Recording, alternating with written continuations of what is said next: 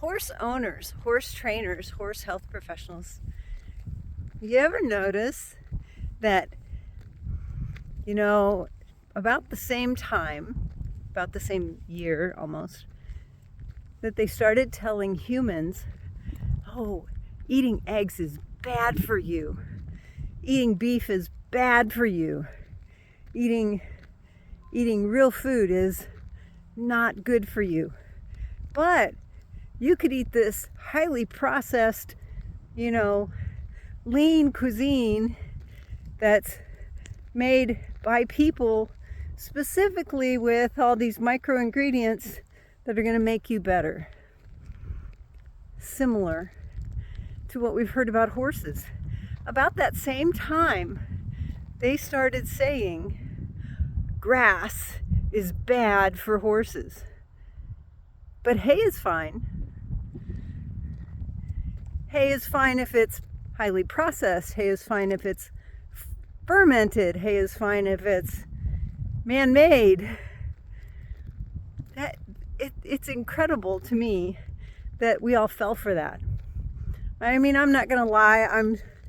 We all listened to the same propaganda, and we all said, "Oh, okay. I don't want to do anything bad for my horses.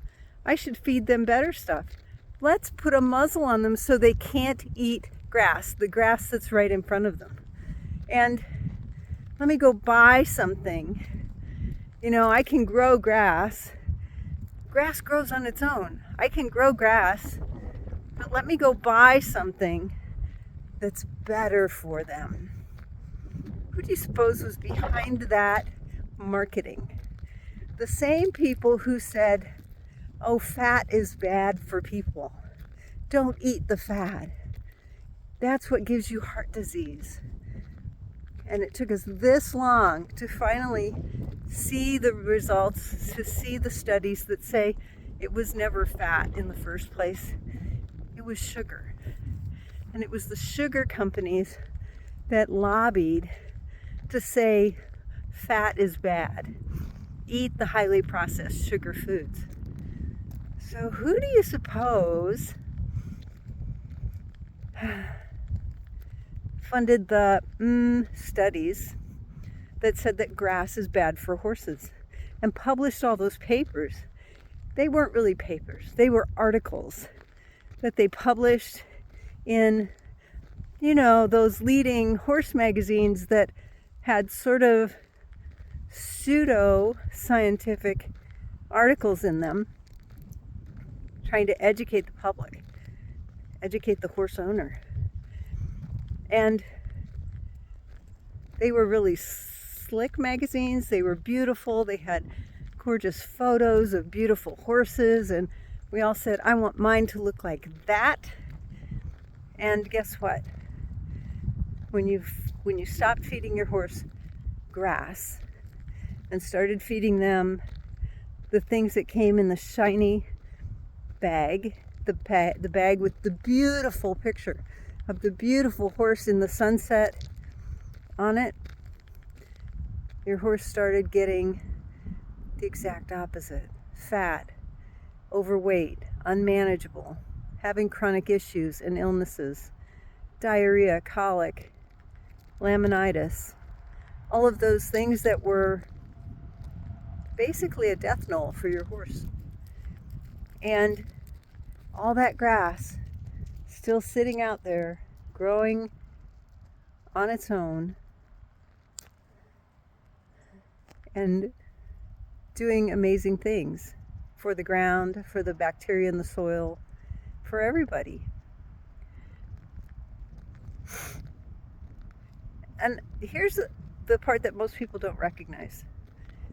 I do, because I've been there, The universities will back those studies.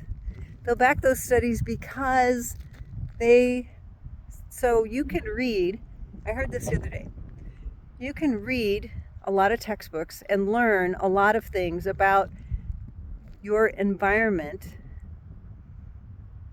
And what you'll find is you're not equipped to live in the environment you live in today. You're equipped to live in the environment 20 years ago. So that said, most of the things that are formulated for these animals by humans were formulated to build or line their pockets with more of the green stuff, not help your horse with more of the green stuff. So I want you to think about that for a minute. Think about, what are you feeding your horse? What are you doing for your horse? How are you managing it?